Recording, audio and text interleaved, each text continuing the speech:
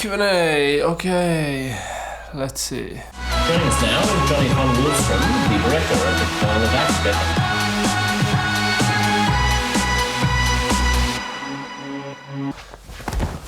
Okay, back. Hopefully this is better sync, let me know. I didn't restart the whole thing, I just restarted the stream to see if it catches up. So let me know if it doesn't work. I'm gonna restart the whole thing, but I think this should work. So, regarding let me just repeat the question.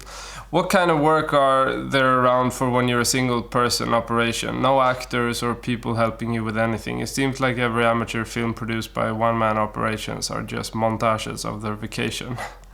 I think there's a lot of different stuff that you can do. But I guess this is...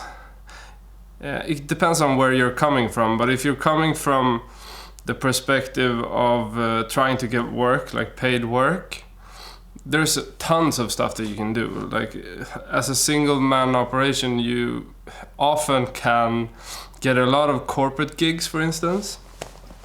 Often corporate gigs are like, there's a one scale that is deeply ghostly presence. That sounds really strange.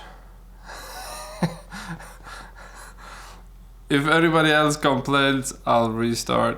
And until then, we have the same thing. That's really weird though. But I think the corporate gigs are pretty much in different levels. Like you have one level which I think is most of the work, which is basically not like the super high budget, so you would never afford more than, you know, one or a couple of people depending on what kind of margins you have. But I think in terms of like technology and all that, if you have equipment to deliver a professional product that you need to do if you do corporate stuff, so if you have like proper microphones or a camera and I don't know, maybe a slider or something like that to up the production value, then those things will make it easy for you to get corporate gigs, for instance. But when it comes to like telling a story and doing stuff that isn't corporate or commercial stuff, for instance, where you talk about like no actors or people helping you with anything, I mean, anything you can do that's personal, like vlogging, of course, is one thing that is very much so a one-man band type of thing. I don't think YouTube channels would really work if they weren't a one-man band type of thing. Now you can scale it up. Like we have an editor that works with our productions, and we have Andre, who's my brother, who does all the promotion and all the administrative and producing and all that. So it kind of depends on what kind of voice you want. But if you do a YouTube channel, you should try to stick to one voice, I think. Because I think the personal stories will work much better. And that's really what you want to aim for. And I think a lot of people that do online storytelling, they miss the personal stuff. They only do about other people.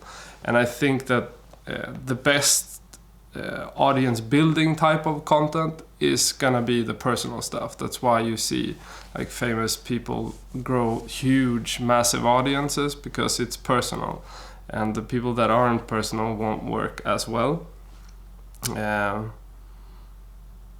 Yeah, let me see if there's something else. Like single person, I think mainly it's about like what scale of equipment and what kind of content you do. Because if you do the corporate stuff, for instance, you can probably transition into commercial stuff, but that's a bit harder because you won't be able to work with like proper commercials. It's only gonna be like the type of in-house stuff that people might do, and they put it on somebody else. Yeah, I think that's mainly what you could make happen. I think it's kind of hard to be a one-man band in the long run, but it's always a good place to start because it gives you leverage in terms of learning all the different stuff that you do, like in a film production. you learn how to take proper audio, hopefully, and you learn how to use a camera and all those things. And then maybe when you do have budgets, you don't have to do that, but it's always good to learn it because otherwise you will communicate much worse with the people in a crew. If you do know stuff, then it's much easier to communicate. Okay. So Nemours World asked, I'd love to hear your thoughts on different aspect ratios for video. I mean, as with anything that I do, I'm fond of the cinematic type of aspect ratio, but I mean, it's not so important, I feel, but I think that when I compose images, I just like the wider type of field of view that you get with, for instance, 235. That's what we usually use. And because a cinema is like a big screen that's very wide, it works really well there. And it also works really well in a cinematic setting like a cinema because you have seats, you have heads and all those things, ruining it for people to watch a film. So in that sense, I really like the kind of 235 aspect ratio, which is like this, I guess, yeah, something like that. 16:9 is a fine format, I think. We work in it all the time, like we shoot in it, and then we crop sometimes, but usually I think that 16:9 becomes a little bit boring on YouTube, and I don't know, a lot of people might not agree with that, but I think that it communicates something that isn't cinematic, for instance. And I like that people who watch my stuff for the first time, they get a feeling of it being cinematic just by those things, because that's what it communicates. And I don't think, because I compose for 235, I don't think I lose anything. I think that anybody that works in a format of any kind, if you work in 4:3, for instance, which is like the old TV format, if you work in that format, you're going to compose images and tell stories in a certain way, and then it doesn't matter. The format is irrelevant as long as you are working with that format. If you shoot in 16:9 and then you just crop it to 235 and you didn't compose it as 235, then you're making a mistake, I think, often, because you don't compose the images and tell stories in the right way. Because you can't just go out and shoot and then edit stuff into something. It's just like that. You plan stuff and you maybe write a script, then you go out and you do stuff with it. And then you come back and you have something that you know kind of what it is, but you're gonna have to rework it. And that's always what it is with me in terms of shooting in different aspect ratios as well. So you want to know those things. We did a commercial now for Instagram stories, for instance, and that's 9:16. 16:9. Yeah, 9:16. So it's kind of weird to shoot in this format, but everything was composed for this, and then in the edit, because we had like a treatment and everything, we had everything storyboarded out. And then in the editing process, we just threw everything away because it felt boring. And then we had to redo everything with the material that wasn't composed for that.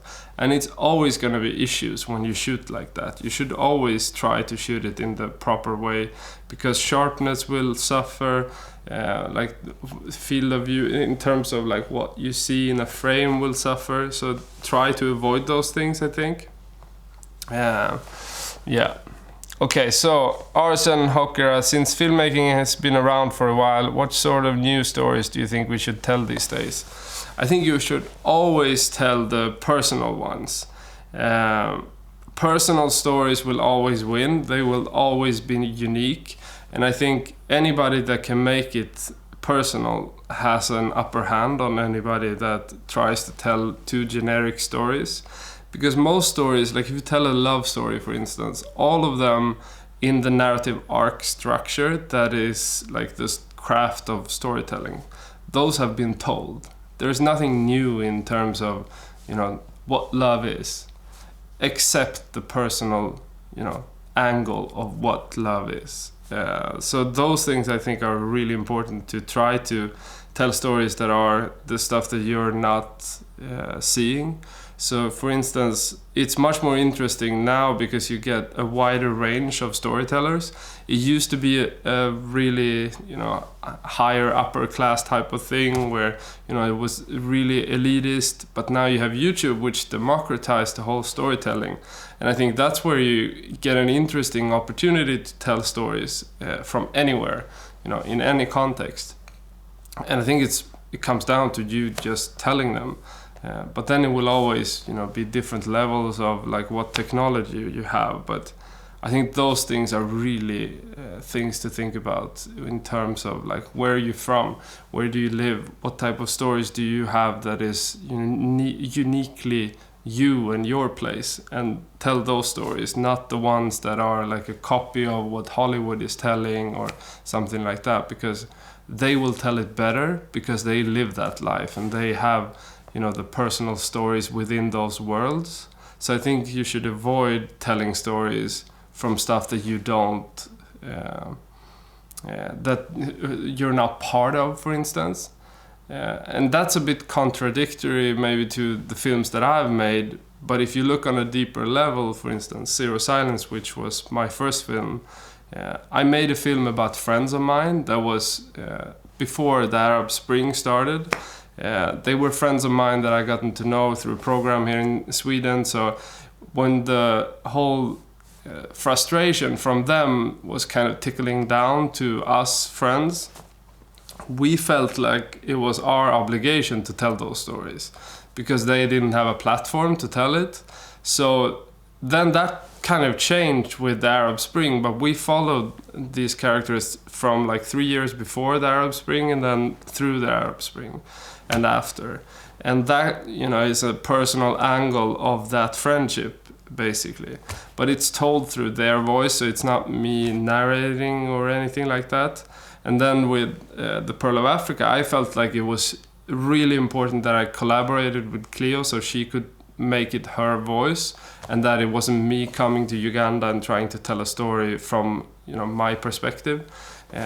What I did instead was to try to filter out and try to make it so that I can communicate to people that are on the other side of the world better, I feel, because I have a different experience of having lived both in the US and Sweden. And I think that makes it easier for me to kind of see the homophobic people or the racists in, anywhere in the world.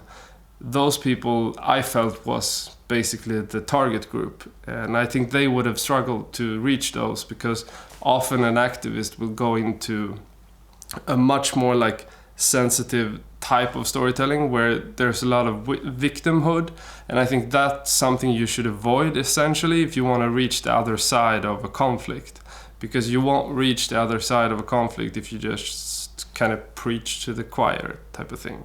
So that's how I approach that one. And I think that anybody that wants to tell a unique story needs to find their unique angle into a story, or why they're telling it, or why should they tell it.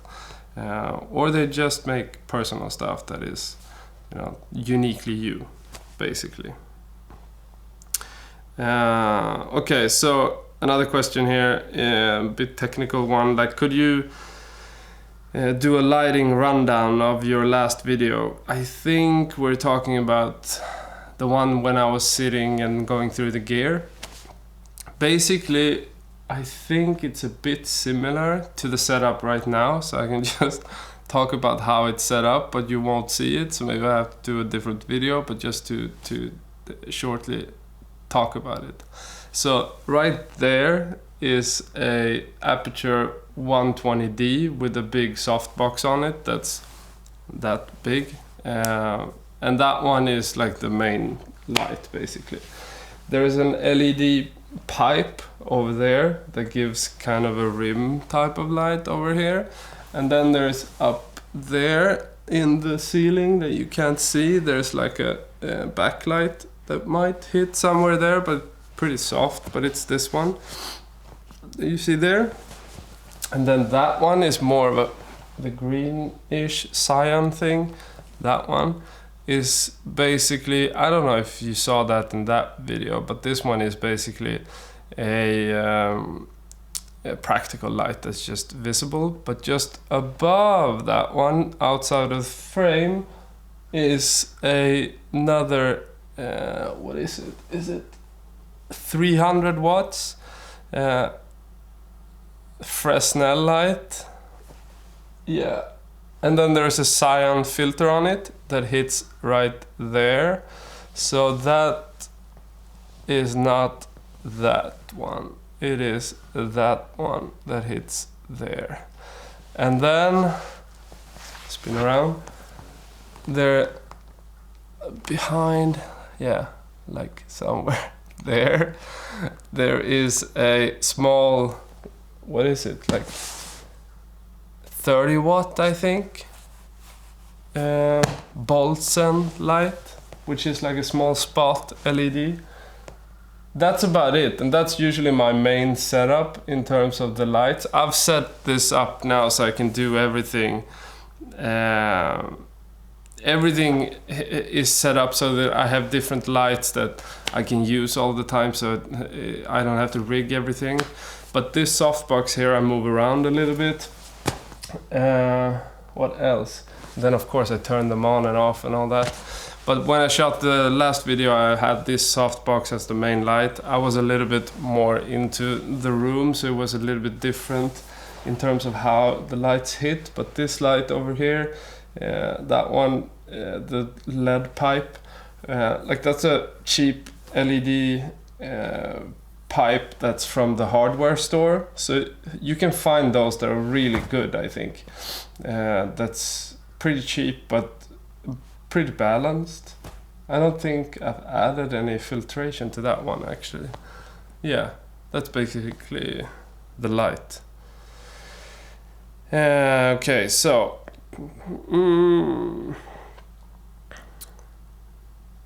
do you ever use polarizer for run and gun video, or do you only use ND filter? I use polarizer too.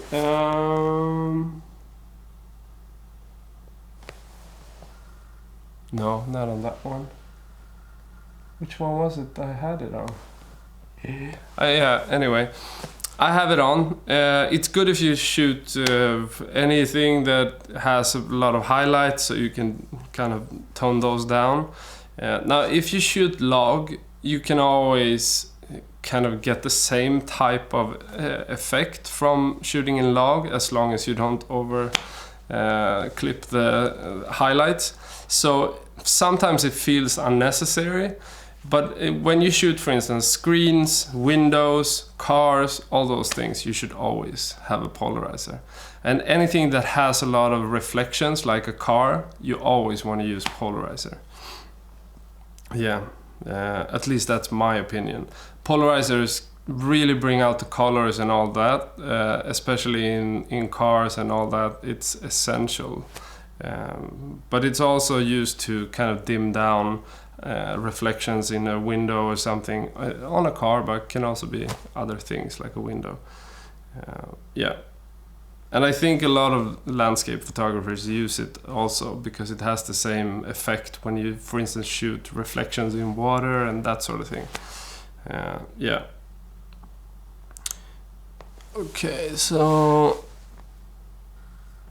how to build a good narrative. I think, okay, so I'll go, if you can ask or elaborate, but I think I'll just talk about like how to build it around a documentary narrative, for instance. Or let's just say we talk about a vlog, for instance, and then I can talk about documentary too. But if we talk about a vlog, for instance, how do you make a vlog interesting? You definitely don't talk about what you eat and all those things, because that has no emotional value at all. What you should look at for instance, if we look at like a Casey type of narrative, the essence of what I think it is, at least, I think what he did is just look at, okay, so this is my day. This is what I do in a day. This is what I can do from that. This is the type of narratives that I can, get out of that each day. Like going from point A to point B. I have a mission each day. This is it. Often that can manifest in like him either solving a problem or talking about something and elaborating on that, or going from point A to point B. And I think in a vlog setting, that is the best way of doing it, probably, because you have a forward movement. And what's important if you want to build a strong narrative within that, it's to be personal. So you have to make it personal, and it has to be your own thoughts and feelings and all those things. How you can make it more cinematic than most people do in terms of vlogging is to try to use the whole language of filmmaking that is not just, you filming yourself talking into a camera and then all of a sudden you have some slow motion shots and some moody music and then, you think that it's cinematic. That is not what cinematic is. Cinematic is when you build a narrative from all the components of the film language, which could be, for instance, you only following your back through a whole scene, and then eventually you reach some point and you start fiddling with something and you see details of maybe you opening a package, and there's essentially something in the package that you show. There's a narrative structure that takes you from like an interest and following somebody, and then the details that give a little mystique, and then you get a payoff somehow in the end. That's the type of small things that you need to think about in terms of just making things interesting, because talking into a camera and explaining everything is not what cinematic is or will ever be, I think. And I think that style, it's really great if you use it in the right moments. I love when, for instance, both Casey and Peter McKinnon uses them to just kind of talk into the camera casually. Those things add to what you're doing, because you're essentially seeing somebody going about their day and then all of a sudden, look into the camera and speak a little bit.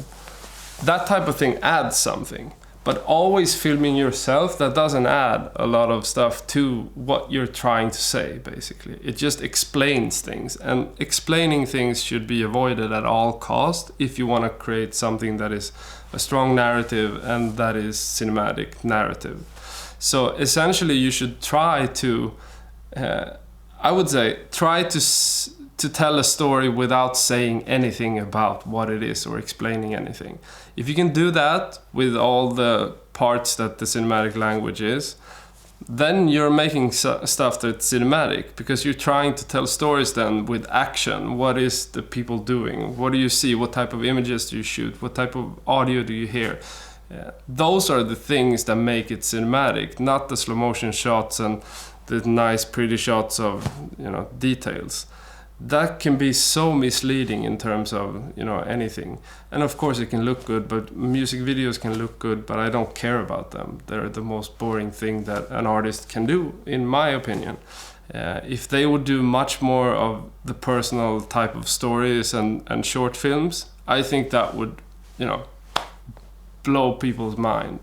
If you would see somebody like if you would see better high quality documentaries on a weekly schedule from an artist that are really well produced, everybody would like that. But they aren't doing it because there's really not a lot of money in music, so you don't have any funding for it to do it. But I think those things are really important to think about. And in terms of a documentary narrative, for instance, if you want to do a strong documentary, you need to think about a lot of different things in the pre-production stage. You need to find a topic that is, something that's timeless, I think.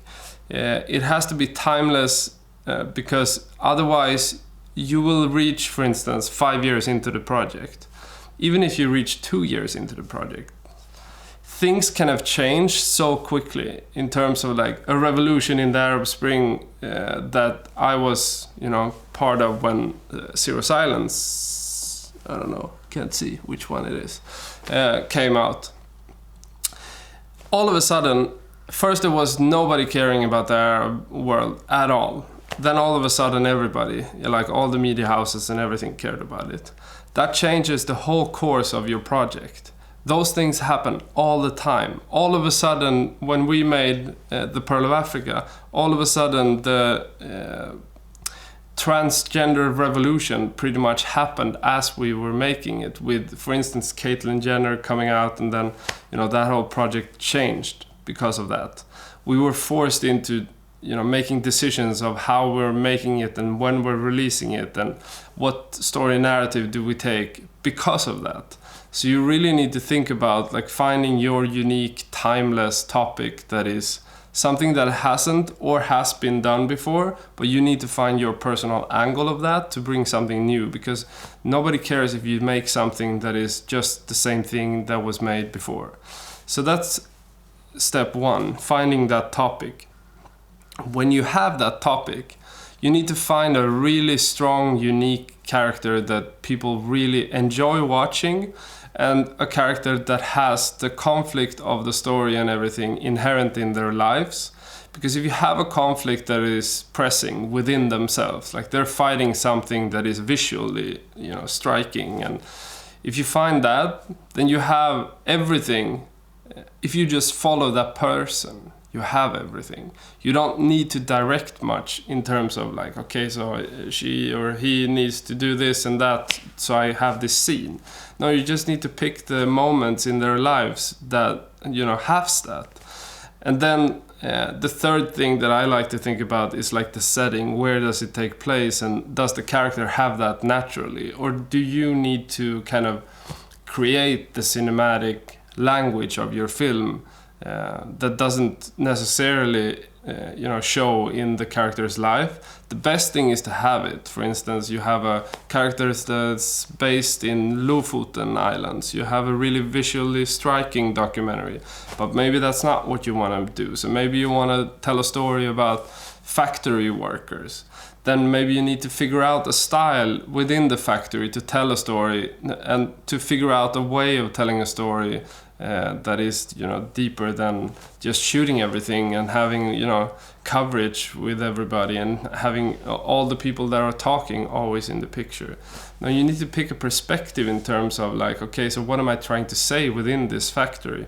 Am I trying to tell a story about, for instance, how lonely they are? Yeah, then maybe all the composition should, emphasize that. Maybe you should only shoot in a certain time when the factory is really quiet, and maybe you should have a lot of coverage in terms of like details and inserts that are really, still and quiet, and maybe everything should be shot on a tripod.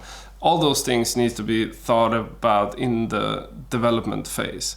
But I think it's essential that you find a strong character and build the narrative from that character, and don't pick a character and stick to them even if they're wrong for the story, or adapt the story to fit them better.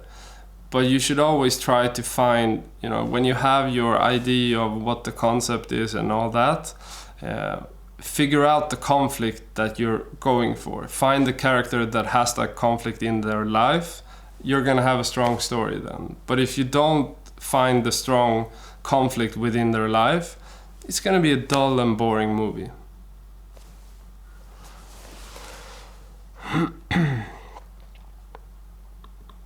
Okay, what advice do you have for beginner filmmakers finding their own unique filmmaking style? I actually started shooting something on this today, because I'm gonna do a video on how photography kind of helped me develop my filmmaking style. So in short, one way that you can find your own filmmaking style is, I think it's easier to maybe touch on that if you like look at pictures, or even better, if you are a photographer, then you can use your own photography as a way to learn like what you like and what you don't like. Just in short, like I learned how to basically do documentaries through still photography. So basically I started taking still photos. I took a lot of photos that had like retouching and all that stuff.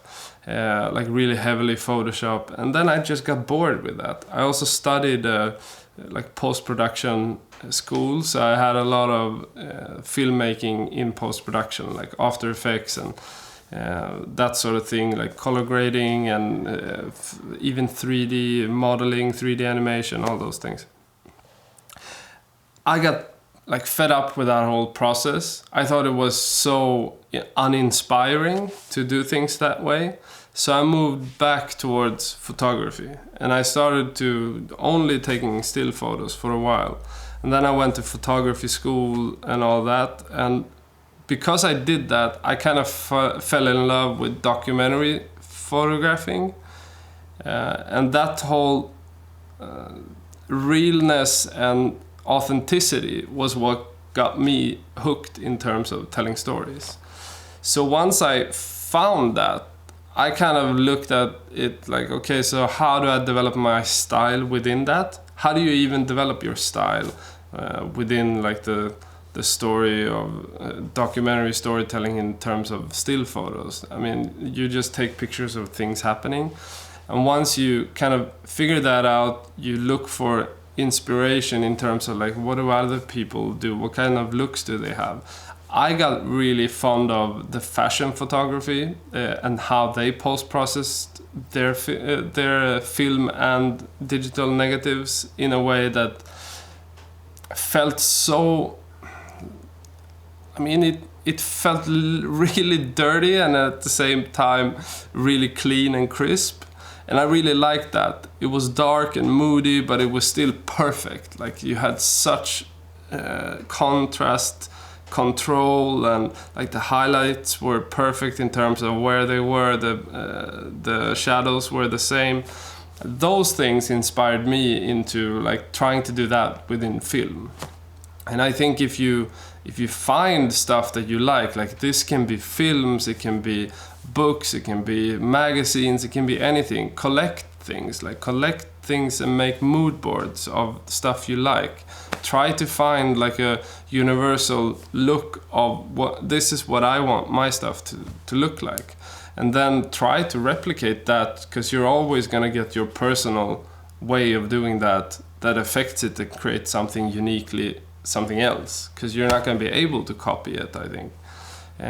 And once you've done that, once you've found that way of making your thing, then it will evolve as long as you stick to that and do the same thing. But I think you need to figure out what you like what films do you like, how do they look, what DOPs do you like, what still photographers do you like.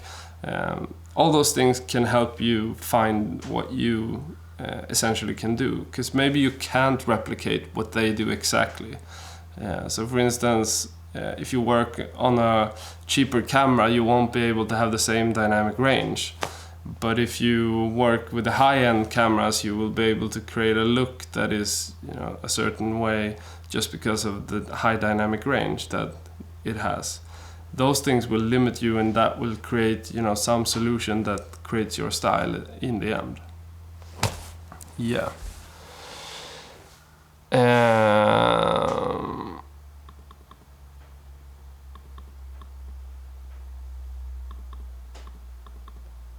Let me see, I had another one here.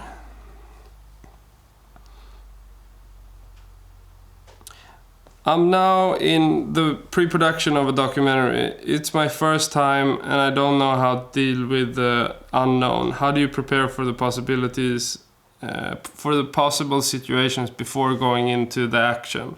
I love your channel. I think it's very unique and real. I'm thinking of creating my own channel right now, just with the problems and situations that happen when you try to make documentaries. You're an inspiration. Oh, thank you, Jamie.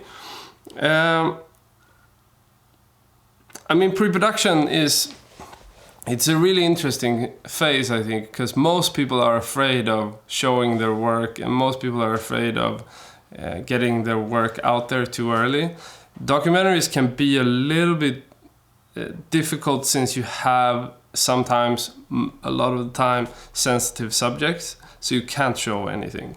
But what I think most documentary filmmakers are doing wrong in terms of their process is to keep it, too quiet until the film comes out, and then they do everything. They hope that it will just, work out. So I think having a channel will probably be a better way for you to stay active and to kind of track how you're doing and try to engage an audience long term. I think that will, first of all, it's the best way to do it if you want to be independent. It's the best way to have your own audience and grow that. I mean, it can take 10 years, but what you build in those 10 years will be exactly yours. So if you do it the traditional way, you will be in somebody else's hands. You will be forced to always work with a distributor and a producer and all that is connected. And I think a better way is to build your own platform to realize your own ideas. Because what happens to most filmmakers that make their first documentary is that they don't make their second one because it was too painful to make the first one.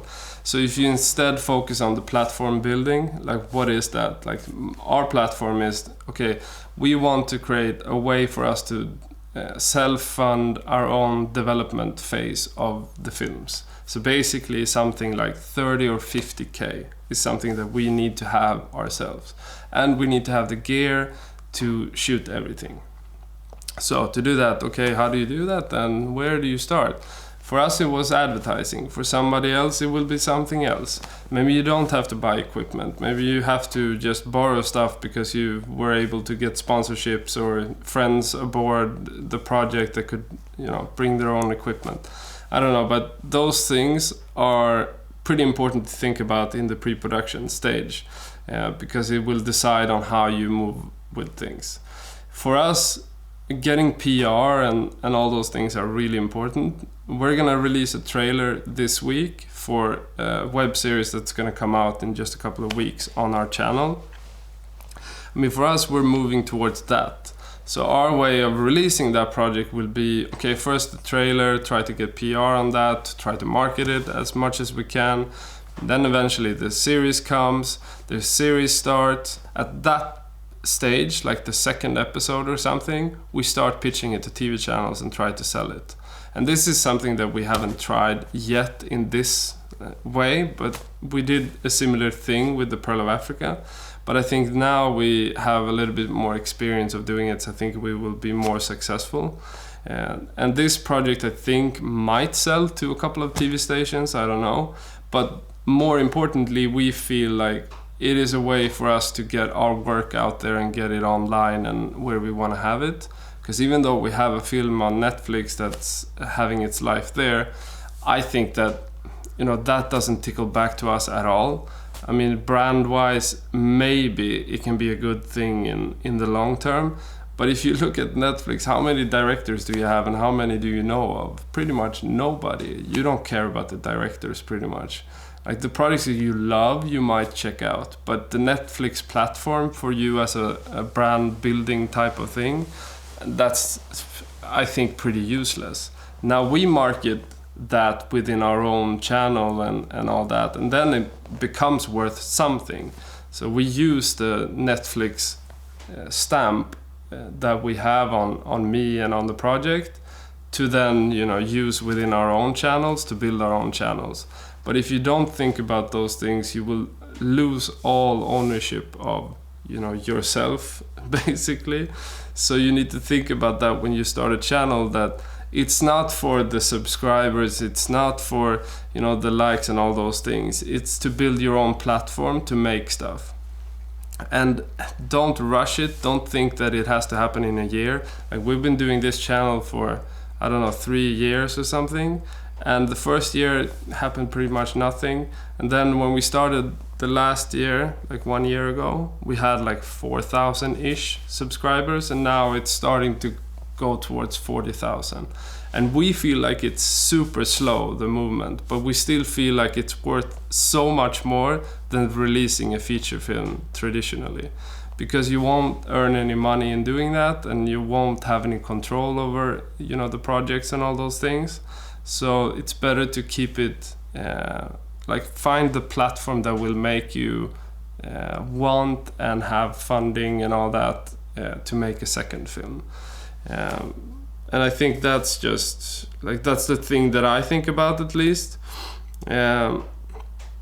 But when you look at it too, like the pre-production stage is also the most important thing, is to do all the research, find the right character. Don't be afraid to, you know, give up on a character. Don't be afraid to put a project to sleep and, you know, find another project. But don't give up on a project either. It's really important that you kind of decide, okay, so once you have, you know, a story that you believe in, don't quit, because that's basically the thing that will, you know, always be the deciding factor if you succeed or don't succeed, is if you quit or don't quit. So basically stick to your idea, and it's better to just do one project and finish that than to start 15 projects that nobody, you know, will ever see because you didn't finish any of them. Yeah. And I mean, everything that you talk about, the unknown stuff, that's part of the whole process. You never know stuff, and that's just the way it is. I think all you can do is try to set up everything in the best way for you to succeed, in terms of, like, what's your end goal? Is it to make a second film, or is it just to make this film and then you're happy? Because usually people don't think about that beforehand. They just want to finish the film. But you really have to think about, like, what's after this to be able to get there. Because if your will is to maybe make a film to be able to make a second film, you're going to go about it a different way than if you just want to make this film. Yeah, that's a long answer to kind of a long question. Okay, so Oscar production. How do you make video look handheld but not shaky? Usually the best way, I think, is to have a shoulder rig, because then you can get a more controlled movement, because a shoulder rig will get away all the micro shakes and all that. For a long time I used a shoulder rig that also had a like a strap in your midsection, and then you had like a pole that went up that was like a cheaper type of stabilizer. I really liked that setup because it felt so handheld, because you got the weight off your shoulder. In terms of having a shoulder rig can be painful to have in a day, but then when you had that pole, not sure what it's called, I think you can find them on eBay. What could it be called? I don't know, but there was like a stabilizer I had before that was like, was it DV Tech with a C on the end, I think? DV Tech, maybe. But anyway, those setups where you have you know, a handheld rig on the shoulder, that will definitely get you the best. Yeah, DV Tech. So if you Google DV Tech, DVTEC, you can get a picture of what I mean with the shoulder and then the kind of pole sticking from your stomach type of thing. Those things are pretty easy to replicate, I think, and you can buy that whole pole and strap on eBay, which is super cheap, but then you have to have the shoulder rig. This is the kit with everything. I think that whole setup with a shoulder rig is what cinema has always been in terms of handheld. It's never, you know, run around with a camera and getting that type of handheld shots. A different way of doing it is probably, I'm not sure how handheld it looks with the GH5 with the stabilizer, but I'm guessing that it looks better with the GH5 with the stabilizer, because I think you get a more handheld feel if you just, you know, walk with it. But I think the shoulder rig is much better because you have the flexibility and the stability in the movements. We shot a whole film, called Kim, in that way, where it was a feature film, like a fiction film, but the whole film was shot in a way that everything would look handheld and documentary. And the way we worked about it was to kind of rehearse the scenes and then find a style of how we moved with the cameras and characters. And the way we solved the whole issue of, like, we wanted it to feel like you just follow one character, you know, the back, you just follow, react to things really fluently. So not like the fast reactions, but you have a fast pace with the characters, you always have movement. And the way we figured out the cutting of that was that we always needed some type of movement to be able to cut. So we always moved the camera around. And what we did was move with the characters. And then, for instance, if they open a door, we kind of move towards the door and then we can cut in, you know, the handle or something like that, and it becomes more natural. So when you do handheld, you need to think about those things, like how do you get the right places to cut or the right type of style for it to work out, because otherwise it can be really painful to cut the stuff. If you don't like jump cuts. Okay, so what are some films that have been the most influential, inspiring for you?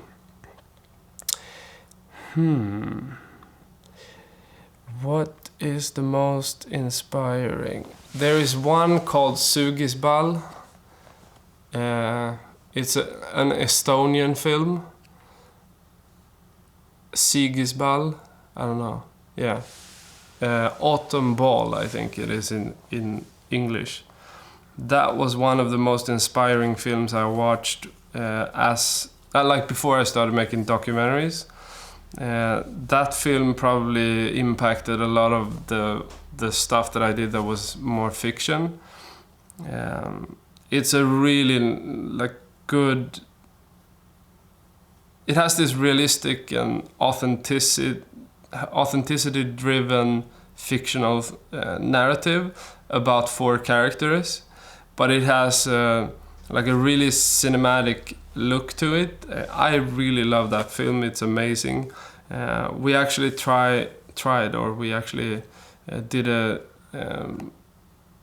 for the film Kim, we actually tried to cast, or we wanted to cast first, one of the main actors from that film. So we flew him here, we did the rehearsal and all that, and did some test shooting with him. But then it didn't work out. He felt a little bit off in terms of the casting felt better with a different character. So we wanted him, but then we changed our mind, basically. But we were so inspired that we actually brought him here and all that. So that made a huge impact. And then another film, a Swedish film, Farewell Falkenberg, which is a really good film, I feel, in terms of... it's a fiction film that has a really authentic type of documentary narrative. It's really close to what, for instance...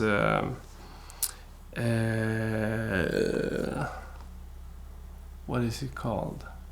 Thinking of an American director here. Gus Van Sant. It's really close to some stuff that he's done, but I actually think that I like the Swedish one better than a lot of the Gus Van Sant work. I really like what Gus Van Sant does. I really like what Jim Jarmusch does. What else? In terms of documentary, it's a bit harder because there's not really a consistent type of storytelling there. What else? In the beginning, I was super inspired by Roy Andersson, one of his photographers for Songs from the Second Floor, which was actually my workshop teacher when I was in film school. He was amazing. like Roy Andersson was a huge inspiration into like the style that I think I have. It's not even close to what he does, but I think because he has such a distinct style, it really impacted how I think about cinematic and imagery and all that. I think probably his best film is, or at least the one that touched me the most and the one that inspired me the most, is a short film that he did called Härlige jorden. What is that in English? Not sure. I will write it in the chat. And somebody might be able to translate. I think you have to find it somehow as a torrent file or something. It's amazing. I don't think there might not be translations. Yeah, those are fantastic stuff that I've kind of been inspired by. Harmony Korine, Larry Clark. Those type of things. How should you promote your short film? This is a big thing. Kind of depends on budget. If we think about it like you have no budget, you should probably think about it in a way that is like, before you even start, you should think about the marketing of your short film and how you're going to promote it. And you should build your story around what you see as a future for it. So the thing I feel is maybe the most essential part of for instance, if you do a documentary, you should find, for instance, a group of people, like a community of people that can rally around your subject or film or all those things. And I mean, this can sound really boring and it can seem like constructed and all those things, but I think these things are really, really important to define in terms of how you want your film to be shared. So if we just look at like the Pearl of Africa, for instance, we defined that transgender groups in the world, especially in the US, would be the ones that we should talk to. But also LGBTQ groups, what else, like human rights groups, all those. So then you trickle down and try to find the ones that you can collaborate with, because they want to have material that can reach their community and make an impact, and you want to reach them because they are the ones that can rally around your film and share it. So that's one important thing to think about. So if, for instance, you have something about mine workers and injustice around them, maybe there's like a group that works with them in terms of negotiating, fighting for their rights, you need to think about connecting your project to them, contacting them, and trying to get some form of collaboration. It can be really hard to work with big organizations, at least before you have a hype. So that's one thing that you should think about. Another thing is to think about collaborating with, for instance, with the new web series that we're making, we're collaborating with OK Africa in the US. So we've collaborated with them on the Pearl of Africa, and then they will, I guess, post like they did with the Pearl of Africa, each episode on their platform. So you need to find those partners that can share your film, that has an audience already, that is trying to watch the type of stuff that you've made. So for us, we looked at it, okay, so our series is called The Confused Africa, and it's about an African expat that goes back to Uganda and try to, try to move back to his motherland, basically. So it's an immigrant story, but the other way around. And they also focus a lot on music. So this is also a music-themed type of documentary.